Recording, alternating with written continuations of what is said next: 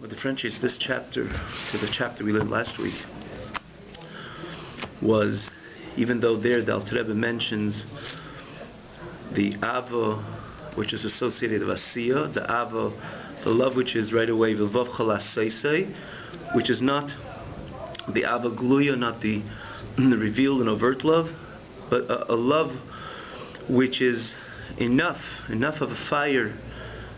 It's a low fire, right? But it's enough of a fire to compel the Yid to go on with his diligence in his Shmiras HaTorah v'Mitzvos. Never to go out of line, as we explained. Again, this is the basis of Tez Zayin, the beginning of Yud Zayin. And then towards the end of Yud Zayin, as we remember from last week, the Alter Rebbe went, kind of moved on aside and he said, all this is if someone Chas v'Sholom is not a Rasha Be'emes. Again, everybody's welcome to look at the previous class online. But why I'm saying this is that the chapter 18 deals with a type of love which every Yid has, which is even deeper. It's more of an innate love, not even a love. In other words, it's not even in any form or fashion on the surface. In other words, it's not even minimally on the surface. It's deep, and we say deep. Obviously, there's a deficiency that it's not on the surface. It's not revealed. It's not a manifest love. It's obviously a negative. It's a chisaron. It's a deficiency. But yet, in the same token, that demonstrates the profundity of this love. Like you have, for example, a love of a son to a father, right? Not always, and especially when he's close to his father. The Rebbe speaks about it in this week's Likutei Torah, for that matter. When he's always close to his father, not always you see that the drive, that the thriving love, or that fervorous love of a son to a child, of a son to a father. Sometimes more the connection, or the Ava Gluya, the more revealed love, is when two parties are not related. For example, the relationship that Alter Rebbe writes in other places, Likutei Torah, the difference of a brother and a sister as opposed to a husband and wife. The more the Ava Gluya, sometimes the more of a open, overt love, is more by the husband and a wife, which they're two separate parties and coming from two separate families, and they don't have any blood relation. As opposed to brother and a sister, obviously the healthy way is that they don't have any Ava Gluya. But in the other hand, the connection between the two, a husband and a wife could divorce. Chmana litzlan, and a brother and a sister cannot. Because the connection, even though you're going to say who has more, who maybe at what point was the experience of more Ava Gluya, was more revealed love, was maybe by the Isha, the husband and wife, as opposed to the brother and a sister. But in other words, in one hand, or there's a dimension to this, is that quite on the contrary, because the love runs very deep, because they're blood related, they're brother and a sister, and similarly, like we said before, a son and a father. It's not always, especially when he's close by, when he's at home together with his father, it's more the pleasure and the joy that he's next to his father, not so much the fervorous love. And the answer is because, and the reason for this is because a love runs very profound. It's more an innate love. An innate love, it's so deep, not always does it express itself. Not always does it come to, is it associated with the states of manifestation. Quite on the contrary, it's something which runs much deeper than expressing itself overtly. This is the Ava which the Alter Rebbe deals with in Perek Yud Ches in this chapter, which he didn't deal with yet in the previous chapters. At least not, he didn't expand on this, he didn't elaborate on this as much, perhaps he mentioned it before, but this chapter from Perek Yud Ches, and Yud Tes as well, the Alter Rebbe expands on this type of Ava, this innate love which he has to the Eibishter. Which again doesn't come, it's not about how much it expresses itself, not extremely, fervently, like the previous program, not like what he says in Tez Zayin, minimally, but you're dealing with something which it's not about expression, it's not about a state of manifestation, it's about who the Yid essentially is. And with this, the Alter Rebbe begins. Perek Yud Ches, L'Teisus Bir by hate of additional explanation, and with a thorough bir, thoroughly explaining Milas Ma'id, Shebepasik Yikar V'Lachadavra Ma'id, the word Ma'id, which is in the pasuk which we just dealt with in the beginning of chapter 16, this is very close to you. And again, before the Alter Rebbe was dealing with the Vilvav Cholaseisei. The Vav Cholaseisei is the type of Ava which is associated with Asiya, but yet it's a minimal fire, and that Alter Rebbe says it's attainable to the Yid, and not only attainable to the Yid, but it's very attainable to the Yid. It's Ma'oid Korev, right? Korev Ma'oid. So here the Alter Rebbe says I want to elaborate more on the Ma'oid. Ma'oid means it's extremely attainable, because Alter Rebbe is stretching this word Ma'oid to say not only it's attainable, but it's essentially who the Yid is. So if it's who he is, could you say there's nothing? It's more than attainable. This is be'etzem who the person is. For example, is breathing hundreds of breaths a day, or maybe thousands, or maybe more than that, something attainable to the person? Sure, it's attainable. He's a living person. He's breathing, but to say more than that, because if he stops breathing, he just doesn't exist. He's not. So to say that when you say that the person, it's Korev Ma'id, is very attainable to the person to breathe thousands of breaths every day, and we say maybe even more, it's not because it's attainable to him and because he's alive, therefore he's going to breathe, and he's breathing, so it's attainable to him. No, this is who he is, because if he stops breathing, Rahman Islan, he just becomes the state of not, he ceases to exist. So therefore, the Ma'id, when you're dealing with something which is innate, or the Kehem Chayenu, this is who the person is. In other words, he's a living creature, he's a living human being, he's a living being rather. So breathing not only becomes ma'id, that it's attainable for me to do, but this is attainable because this is who really I am. It's more than attainable, so you can understand the word ma'id, and that's what Alter Rebbe says, Tosfos beer. I'm going to explain you, I'm going to show you, not that there's the yid, and he has to have a certain love which is associated with asiya, in other words, in order to be aligned constantly with Ratzon Hashem, which is we explain in Perek Lamed and Perek Tazayin in the 16th chapter, and then we say that's Korev Ma'id, it's very attainable to you, but Alter Rebbe has L'Taisis be additional explanation that the idea of Ma'id over here is because this is who you are, hence obviously it's close to you. It's more than close to you, not you're here and that is attainable to you. That's who you really are all about. So now we understand Ma'oid, that's why it's an additional explanation, because till now we said this is the Yid, and the Yid has the ability of Vav Chalaseitse, it's attainable to him to arouse a fire, a minimal fire at least, Laseitse, that has expressed itself in his devotion to Kiyum HaMitzvahs, to be always aligned with Ratzon Hashem. That's one way of Ma'id, Korev Yelecho. But Alter Rebbe is going to show us now, over here is the additional explanation, that this is who you are, and if this is who you are, it's more than attainable. And that's why the pasuk adds the word ma'id, not only korev alecha, because ma'id. Very attainable. Very much attainable. Because again, this is the mitzvahs of the Yid.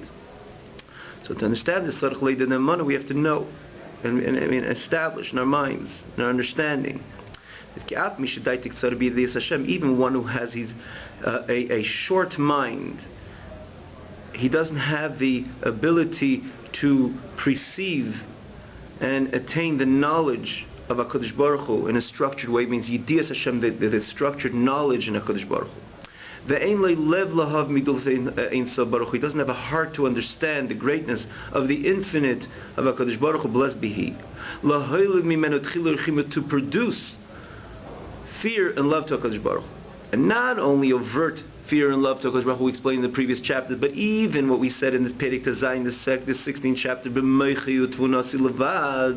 this type of fear and love, which is in his mind and is an understanding, means to say is that minimal fire which produces at least a determination to be aligned with HaKadosh Baruch Hu, that even the Rebbe says doesn't even have that.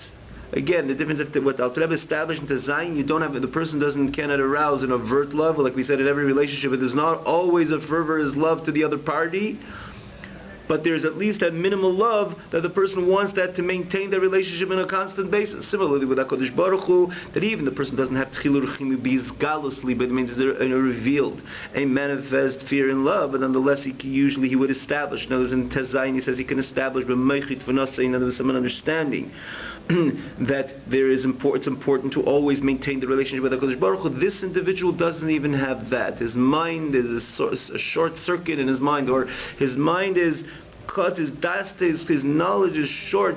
His knowledge doesn't have the ability to thoroughly know Hashem as much as naturally the person Hashem allows us to know Him, which He does, because the Torah says v'yadaita hayem, we're commanded to know HaKadosh Baruch Hu. In this case, he doesn't have that das because daitik tzara.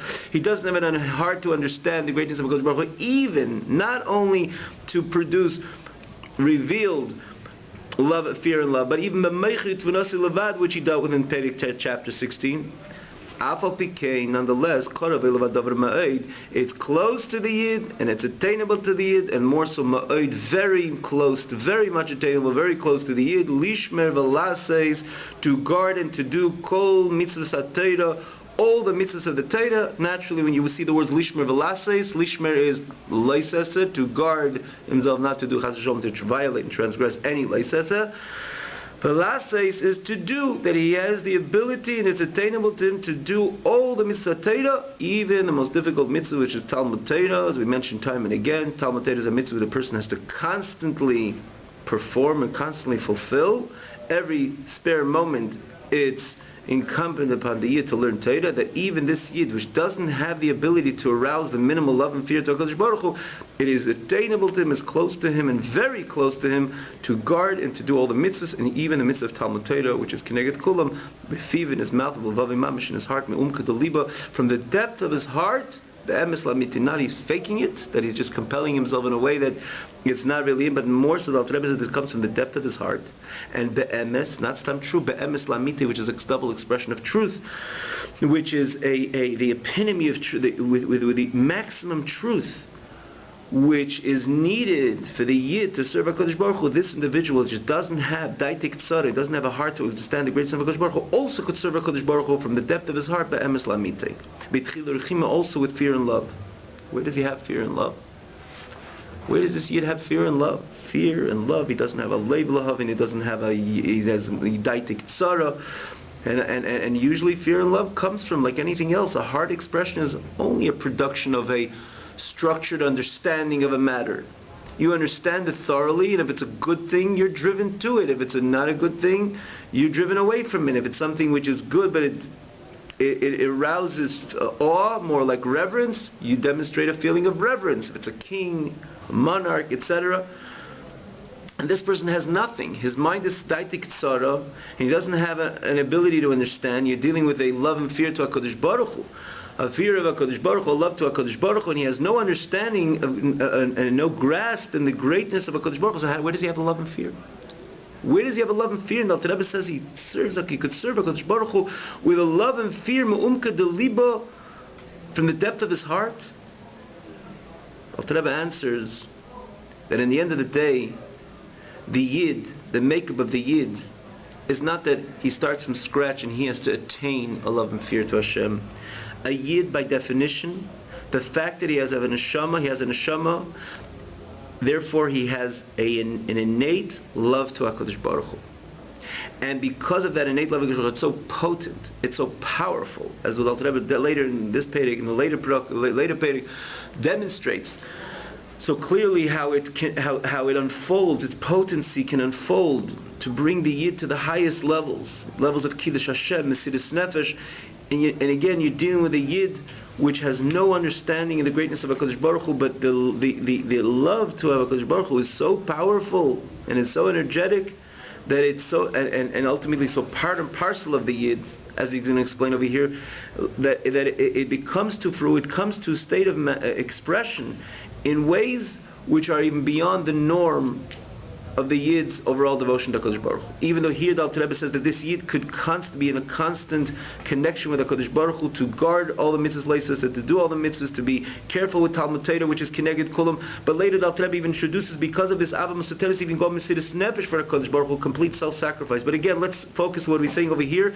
that who the Yid is, he has an innate love to HaKadosh Baruch Hu, which does not begin from his investment, like we learned till now the different levels of Ava and Yira, but Yerusha L'Adam Aviseinu, it's an inheritance from our forefathers.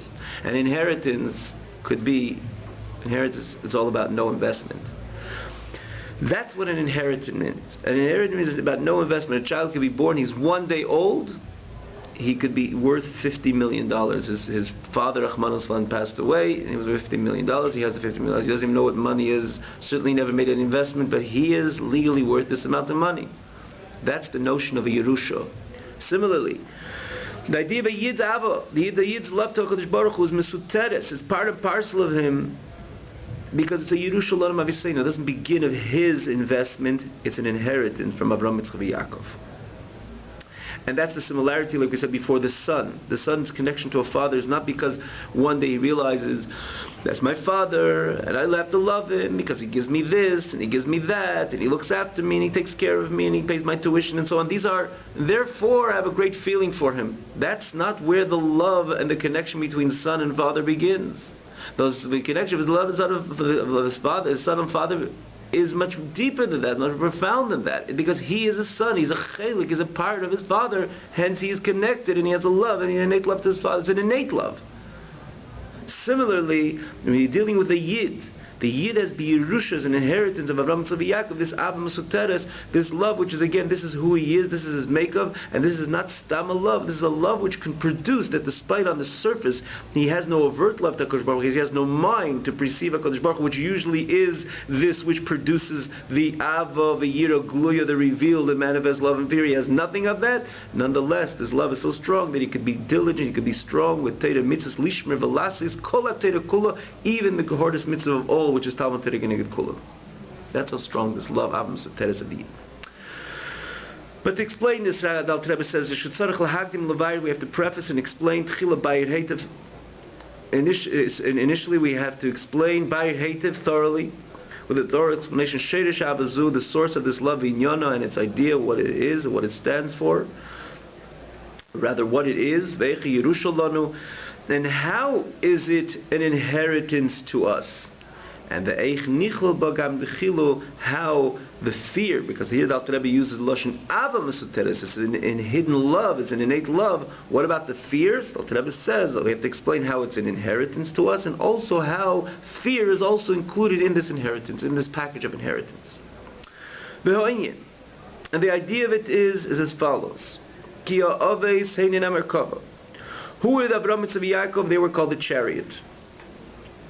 And that was a very unique, unprecedented connection which Avraham, Yitzchak, Yaakov had, even more than their predecessors, to a great extent. I mean, Adam Rishon is always a separate category, especially Adam Rishon before the Chet, as it says in a number of Svarim, Kabbalah, even Svarim, Sifrim, Svarim of Nigla. Avraham Avinu, Adam Rishon was Yitzir Kapav Shel HaKadosh Baruch Hu, handcrafted by Hashem, and that's who he was.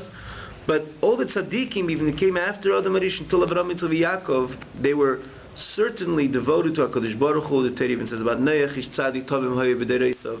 But Avraham, Yitzchak, Yaakov had a type of bittul, a type of self-nullification, a type of self-submission to HaKadosh Baruch Hu, a type of subjugation to HaKadosh Baruch Hu, which was extremely unique. And even through the subsequent generations after Avraham, Yitzchak, Yaakov, throughout all of history, there was very few that you could say that they had this type of bittul which Avraham, Yitzchak, Yaakov had. What type of bittul, what kind of self-nullification did they exemplify? So it says in Kabbalah that Avraham ha'aves heinin hamerkava. They were like a chariot. What does chariot say about a yid's bittul to Hashem? So if you think about a chariot, when a person rides a car, let's say a car, or any type of chariot, today would be the car. In the yesteryears would be the yesteryears it would be the chariot which a person would ride. But let's take the more contemporary example. You say someone is driving a car. So when the car, again, today really a car really doesn't say that so much like a chariot in the yesteryears, just for the reason that a car has its own motor, and if you leave the car it could go in different directions. But usually the car doesn't openly argue with the driver. You know, I really want to go there. Today you want to go right, I really want to go left, but you're in the driver's seat. So I'll go, in the end I'll turn right because you are the boss. It doesn't work like that. You're in the car, you're usually in control. I say it's not so accurate because the car has its own motor, and if you don't hold on tight, it could really go different places. But usually a person in the driver's seat, there's no argument with the vehicle. The vehicle goes where the driver wants him to go. And not only it just does what the driver wants, it doesn't even begin to argue. And you want to go, I really wanted to go straight. Oh, you're turning my wheel. Okay, you're the boss, you're the one who has you're sitting in the driver's seat, you have the steering wheel, so you're going to be in charge of me, you're going to go right. But really I wanted to go straight. That doesn't exist, because the whole car stands with total submission to the driver.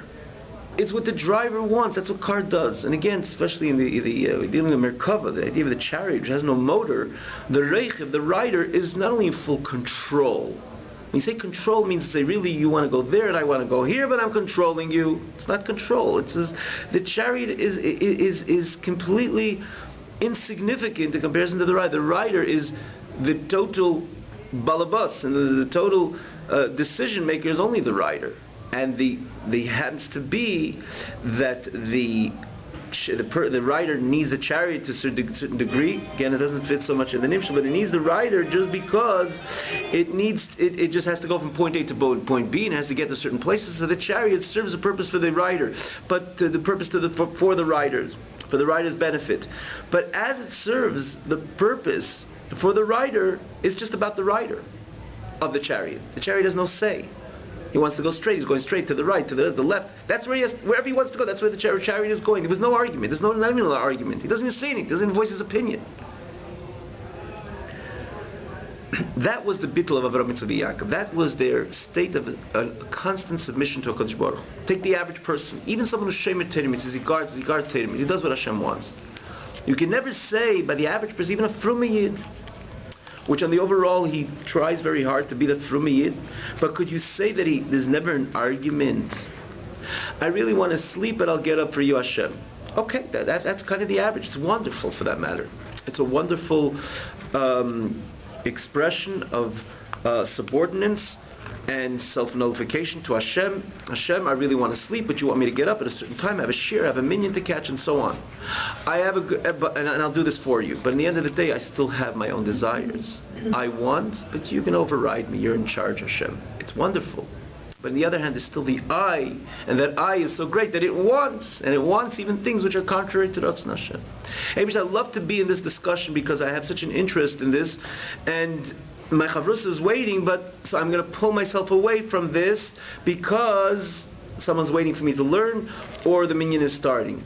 The fact that really I want to be here and I don't want to be there, that itself shows that I am, and it's not all about God. So eventually God will win, and as the godly dimension within me, which is ultimately God, will win. I will go to the shul and I'll go to the minyan, and I have an urge to talk Eibishter right now, but because you're asking me not to, so I won't. So again, there's about me, and I want, and I really have a taiva to this, but for you I won't do it. So there's always me involved, even though it's wonderful that in a sense it's a certain greater bittul that despite I want, nonetheless Hashem, I'll do it for you. But in the end of the day, if it's the whole point of Torah mitzvahs is that it's about God and it's not about me, it's about submitting myself and the demonstrating that ultimately Einid Milvade, there's nothing else other than Hashem. So the moment there's always an or the fact that there's always an argument, and the average Fruma Yid, there's constant arguments between my Nefesh Bahamas and Nefesh Alikis, between the me and the God, which is in me, which is ultimately Hashem.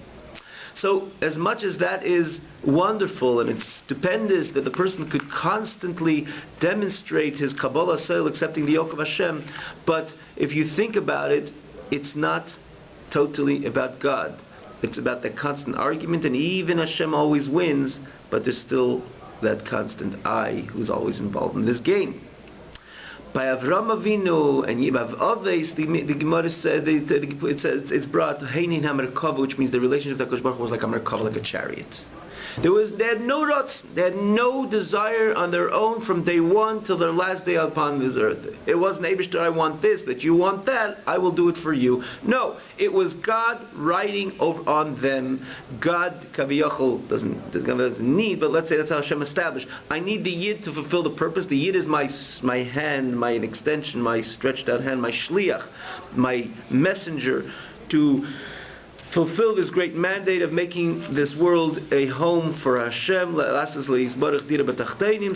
neshama is set down, invested in a body, and it has this shlichus, it has this mission, this mandate to bring godliness in this world via his kiyum Torah mitzvahs, and eventually b'chol derech hachodei, b'chol masech l'shem shemayim. In other words, to turn the world for a home, for an abode for Hashem. So the Avis, this is started from the first Yid Avram, and then eventually Yitzchak, and then Yaakov. But the word is that Hashem is the writer, and Hashem implements all His grand ideas via Avram, Yitzchak, and Yaakov. And Avram, Yitzchak have no say in them. They have there's nothing of them in the picture. So it's not Avram, Yitzchak, that you want like this now. I really want it, and you are God, and therefore I'm going to do this for you. That's why Avram Avinu. No. The lashon is Ha'avis Heinam Merkava. They were chariots. The chariot doesn't argue with the rider and then submits himself to the rider. In the very beginning, the rider is the rider. The rider is the one who's leading the whole chariot. The chariot is insignificant in comparison to the rider. He has no say. He has no talk. He has nothing. He has no say in the matter. That was the life of Avraham and Yaakov. Such a submission that Hashem was kind of riding over them, and they were just vehicles to bring Hashem's ratzon, to bring Hashem's desire into this world. That is unique. If we're only honest with ourselves, a person throughout his whole life that there's nothing about him in the way, not even the most subtle desire. Everything about him is just a vehicle for God. That is as unique as it sounds. And that's what the life of Avraham and Yaakov. And because of this great devotion to Hashem, they had the ability to draw to their children, to their descendants, this godly energy, which ultimately becomes part and parcel of the Yid, to the extent, as we said before, that the Yid Yid has within him a chelik, a part of HaKadosh Baruch Hu, which is again B'Yerusha, comes an inheritance from Avraham and Yaakov. Again, the reason why they had the merit to inherit to their children, again, uniquely to their children. Everybody can do what Hashem wants. Even for someone who's not a Yid, can do what Hashem wants, and he's ought to do what Hashem wants. It's not a world, it's not a jungle. And they have the Gentiles have their seven Noahide laws, which they have to do and they have to keep and they have to be careful with, etc. But the livnei machareim b'Yerusha, they have an inheritance, the special neshama, which becomes part and parcel of the Yid, and therefore the ava, the love of the Yid to the HaKadosh Baruch Hu, in one hand it's so innate because it's part and parcel of him, on the other hand it's so potent that the kid carry the Yid through his entire life, that he could guard, that he's careful and scrupulous about the 365 mitzvahs, and again, last place he's able to constantly do all the other mitzvahs, and even the mitzvah of Talmud Torah and Kulam that comes from as a Yerusha of an inheritance from Avraham and Yaakov, Livneihem, to their children, to the descendants, which is Am Yisrael, Achareim, after them, which is all of Am Yisrael throughout all generations until Mashiach comes and beyond. Why did they have this kayach? Why did they were so lucky to give this enormous present, or Yerusha rather, to their children after them? Because they were zeicha, they merited it because they're unique. Avodas Hashem as a Avis Heinin HaMerkava, because they were chariots of HaKadosh Baruch Hu. Their level of Avodas Hashem was in a way of a Merkava. Al Kain, as he says, Zochu Lahamshich, they merited to draw Naran Livneim Nefesh Ruach and Neshama, which is again the abbreviation is Naran, Nefesh, with different levels of the Neshama, as explained elsewhere. The Neshama has 5 names: Nefesh, Ruach, and Neshama. Chayi Yechida. Other places explains what the difference of these different levels. But the overall, these are the functioning dimensions of the Neshama, which is Nefesh, Ruach, and Neshama. In the overall picture, the overall mandate of a Yid in his fulfilling Torah and mitzvahs. So this is the Nefesh, Ruach, and Neshama, which they merited to be mamshich livnei macharev, to their children, descendants after them, ad olam, forever. And where does this energy come from? It comes from God. It's a part of God, which we know that ultimately everything manifests from the olam ha'atzilus. We explained and we elaborated on this in the first chapter of Tanya, if you remember. So this is me Eses, and that the Alter Rebbe writes there that every neshama ultimately comes from Chochmah Datzilus, but eventually there was the 4 Eilamis. We're not going to elaborate over here.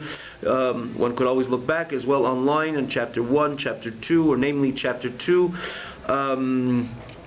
of the different Eilamis, the different worlds, which ultimately everything manifests from, but there's the Pnimius of the Eilam, the internal dimension of the Eilam, which is associated with the the overt kedusha of HaKadosh Baruch Hu, which ultimately flows down and becomes the neshama of the Yid.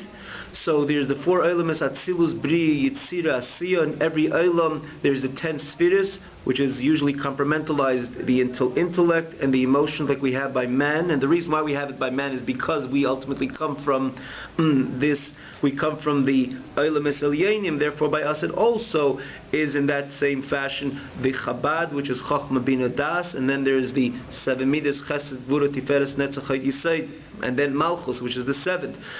So every Olam has the 10, and naturally what makes the Olam higher and lower, again we elaborated on this in the past, what makes the Olam higher and lower is something where there's more revelation or manifestation of godliness in that world, that makes it a higher world. That Silus is Etzli V'Samuch, is a world which is close to HaKadosh Baruch Hu. It's a world of unity. It's Eilam HaAchdus. Unity means that all about Atzilus is a complete demonstration and manifestation of Hashem Echad, the oneness of Hashem. You look at the other extreme in this physical world. It's also about, there's nothing else other than this world other than Hashem. There's nothing else than Hashem in this world. On the other hand, it doesn't appear to be so. We have to find the Elokus, we have to find the godliness within, because on the surface it doesn't demonstrate Achdus Hashem. We have to sit by Kriya Shema and tell it to ourselves and eventually demonstrate it to others and to the world around us. Hashem Elokeinu Hashem Echad. In Atzilus you don't have to scream Hashem Elokeinu Hashem Echad, because Atzilus is all about the Achdus Hashem. But as the worlds evolve, Atzilus, Bria, Yitzira, Asira, Bria, and Yitzira is also holy worlds. Even Asiya Ruchni, the spiritual level of Asiya is also spiritual, but you cannot compare Bria to Atzilus, Yitzira to Bria, and Asiya to Yitzira, and then eventually you have Asiya Gashmi, this physical world. There's no comparison. It's all part of the Achdus Hashem, but it's not overt, it's covert, which means it's all concealed.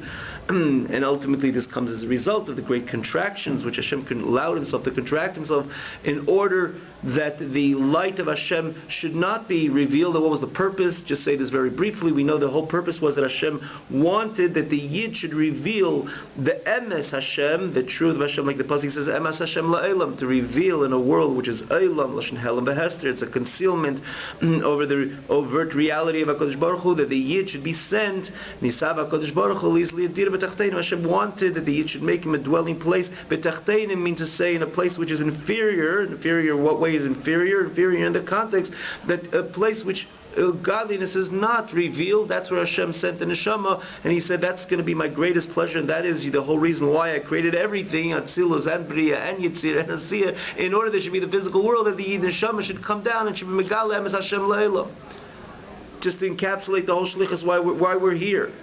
But eventually it all comes from one level of contraction after the other in concealment, which allows the other level, the inferior level of let's say we said Bria in comparison to Atzilus, and then Yitzira in comparison to Bria, and then Asiya in comparison to Yitzira, and then again to this Eilam Hazeh Gashmi, this physical world, is an expression She'ein Tachten L'mata Mimenu. It doesn't go lower.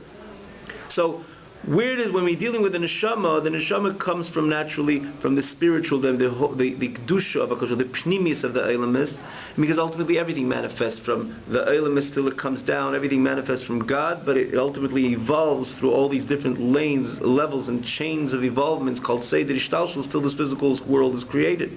And nothing is independent of God. And nothing is dependent of godliness. So what's so unique about the neshama? The thing is, the neshama comes from the pnimis, the inner essence of the Eilamis, which is the kedusha of HaKadosh Baruch Hu, which exists in the Olam Elyonim and in the supreme worlds.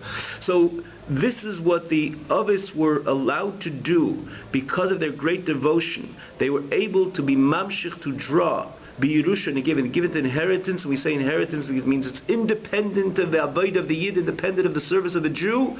That is by definition the word Yerusha, like we explained before. Even a child which has no investment, if his chas v'shalom, his father, a multimillionaire, has passed away, he is legally a multimillionaire even though he had no investment, because this is what the Avis accomplished, that even the Yid prior to his Avodah, prior to his investment, prior to his perceiving HaKadosh Baruch Hu and developing his own set of Avaviyira, love to HaKadosh Baruch Hu, which is again usually a production of intellectual pursuit or intellectualizing of the greatness of HaKadosh Baruch Hu. Even before that, he got it B'Yerusha from Avraham Avinu, which he was zeichet to be mamshech to his children till Mi'eses Sfiras, the Kedusha, from the 10 spheres of Kedusha, Sheba Arba Olam is from these 4 worlds, Atzilus Bria Yitzira, and to who? To which Yid?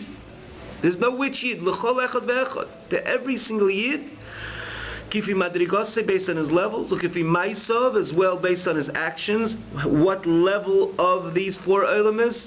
How much was the flow which comes into this Yid, and how much of the flow of godly energy comes into any other Yid? There are differences, but they have one thing in common, that they both have a flow of godliness because they're Bnei Machareim, the descendants, they're part of Am Yisrael.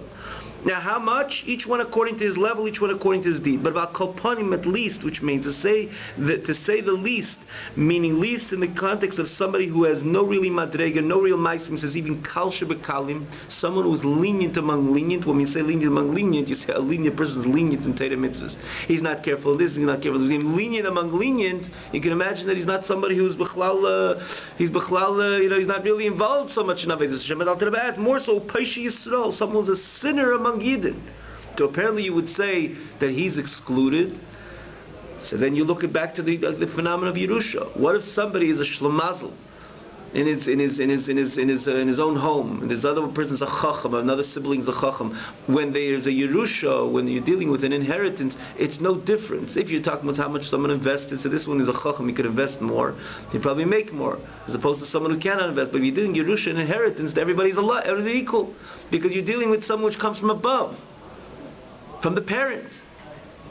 And the same thing with the elokus, the godliness, which is the essential makeup of the Yid, because it's a Yerusha, because it's an inheritance, therefore it's irrelevant what level Yid we are dealing with. Not even Kal Shebekal in one level, because he's not really involved in Torah mitzvahs, but he has more so. Peishi Yisrael, someone who is a clear sinner among Yidden.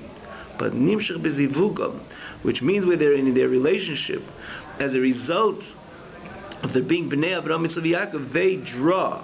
In other words, in the child which ultimately will come from this nefesh, the malchus, the asiya, even a lower level within the lowest world, as we just said, the lowest world is asiya, and malchus is the lowest sphira, as we just enumerated all the spheres, and nefesh, the malchus means even it's a very inferior level within all the Seder Ishtalshus of all worlds. Again, Asiya is the lowest, Malchus is the lowest, Asiya, and here Nefesh de Nefesh, because the lowest level of the 5 levels of the Neshama is Nefesh. So because you're dealing with a Kal Shebekal in Peishi Yisrael, and therefore there's no sanctity in their zivug and so on. So they draw perhaps minimal kedusha, but in the end of the day, they draw a neshama to their child, and therefore, even it's again from a lower level, madrei tachtena, but nonetheless, it is kedusha, it is a neshama, which ultimately, through this being Seder Ishtalshus, like you look at a chain, if you look at the lowest loop,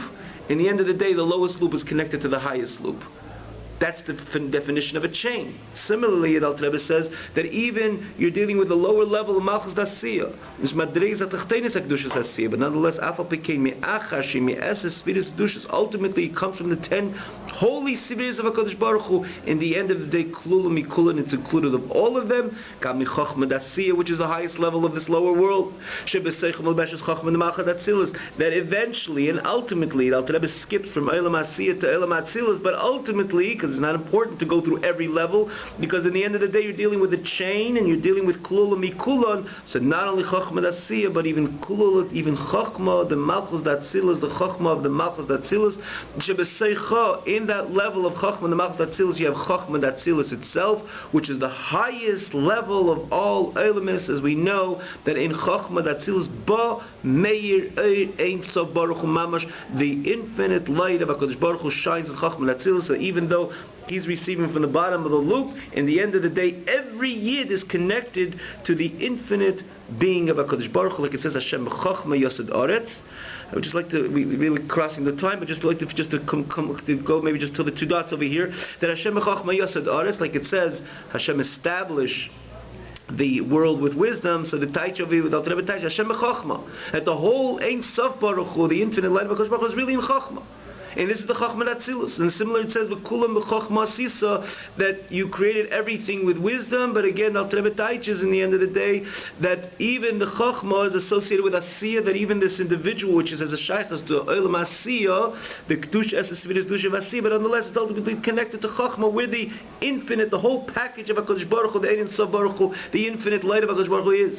V'nimtza. So what we derive is that Ein Sof Baruch Hu melubash b'bchinas Chachma shebenefesh ha'adam, that the infinite light of HaKadosh Baruch Hu is invested in the Chachma of the soul of man. Yiyeh mishiyeh. It's irrelevant who he is. He was born a Jew. It doesn't matter where he is. It doesn't matter state of he is. It doesn't matter state of his parents. Whoever he is, he has whoever type of Yid is, he has the Ein Sof Baruch Hu is invested in him, the infinite light of HaKadosh Baruch Hu.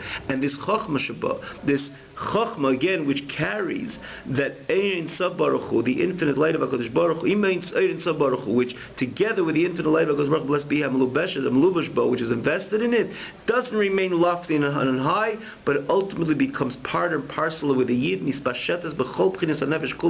It expands itself and expresses itself within the entire soul, to give it life, from head till its foot, like it says, it gives life. Means to say it's not something which you say the Yid has that neshama, it's far distant somewhere in his Chachma shebenefesh, but it's not relevant to who he is, to his conscious actions, to his conscious expressions.